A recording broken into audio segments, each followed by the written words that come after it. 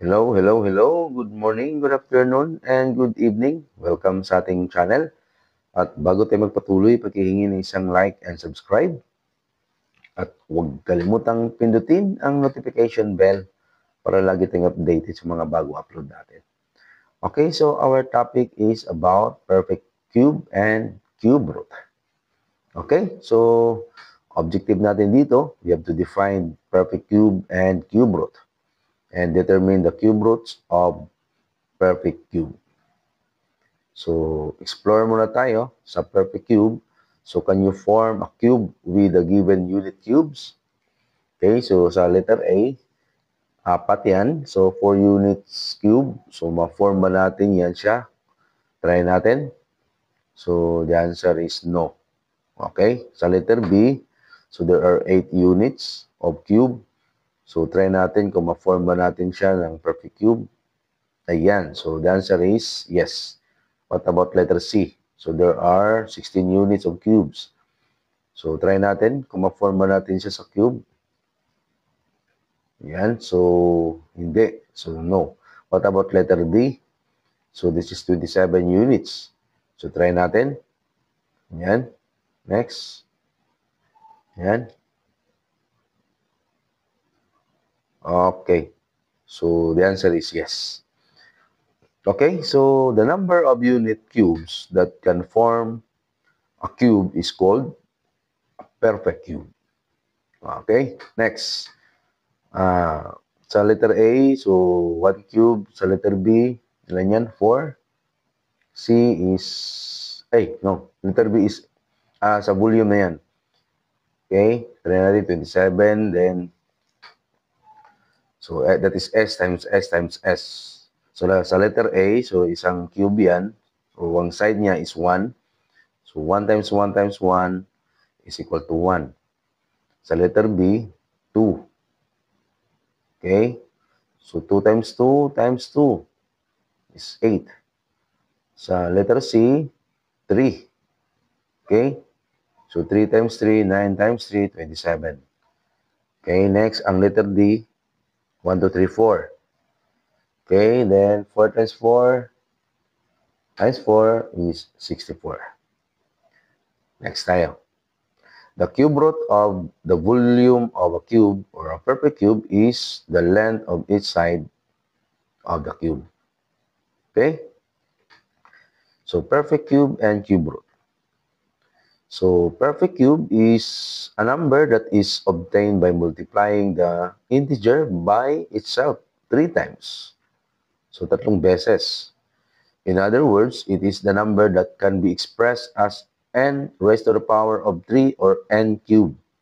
Basahin natin yan, n cube, where n is an integer.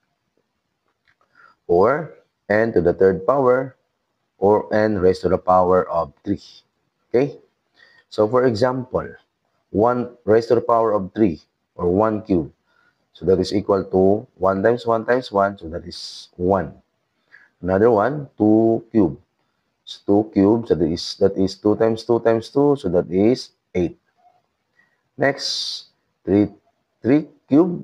So that is 3 times 3, 9 times 3, 27. Then 4 cube is 4 times 4, 16. Times 4, 64. Then 5 cube, so 5 times 5, 25 times 5, 125. Okay? So the cube root of a number is the value that when multiplied by itself 3 times gives the original number. So it is the inverse operation of cubing. The cube root of a number m is written as the cube root of m.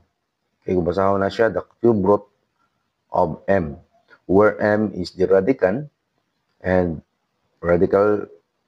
yung radical sign, ayan, is called the radical sign, and 3 is called the index. Index yan, cube root. So for example, the cube root of 8. So the cube root of 8 is 2. Why?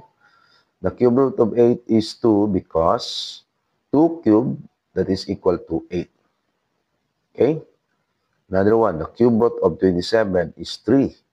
So the cube root of 27 is 3 because 3 cube is equal to 27. Okay, so activity A tayo, complete the table. So, yung perfect cube natin dito, 1, 8, 125, 216, 1,000, 1, 8, and 8 over 27. So, kunin natin yung kanyang exponential form at saka yung kanyang cube root. Okay, first, 1. So, exponential form natin dito, 1 times 1 times 1. Or 1 cube. Di ba? So, 1 times 1 times 1. So, of course, yung cube root niya is 1. Okay? So, sa next is number 8. Yung perfect cube is 8.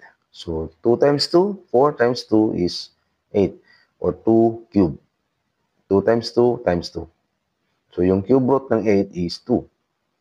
Another one. Another example, 125. So, sa 125, that is 5 cube. Okay, 5 cube, 5 times 5 times 5. So, the cube root of 125 is 5. What about 216? 216 is 6 times 6 times 6, or 6 cube, or 6 raised to the power of 3. So, the cube root of 216 is equal to 6. Okay? Next. 1,000. So, 1,000, that is 10 raised to the power of 3. Okay? Or 10 times 10 times 10. 10 times 10, 100 times 10, 1,000. So, the cube root of 1,000 is 10. Another one, 1/8. So, ang exponential form natin dito, yung 1, ang numerator is 1, di ba? Yung 8 naman is 2, or 1 half. 1 half raised to the power of 3. Ayan, or 1 half times 1 half times 1 half. So, therefore, the cube root of 1/8 is equal to 1 half. Okay, last. 8 naman at over 27. So, tingnan natin yung 8. Yung cube root of 8 is 2. Then, the cube root of 27 is 3. Di ba? Or 2/3. So, 2/3 raised to the power of 3. Okay? Or 2/3 times 2/3 times 2/3. Ayan. So, therefore, the cube root of 8 over 27, so that is equal to 2/3. Okay?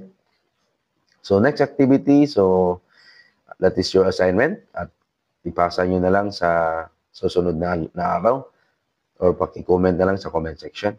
At again, hanggang dito lang muna yung topic natin.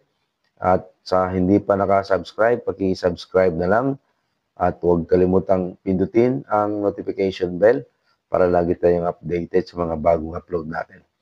Okay, so paki-follow na rin sa ating Facebook page, Sir Ariel Math Review. Maraming salamat and God bless. Bye-bye.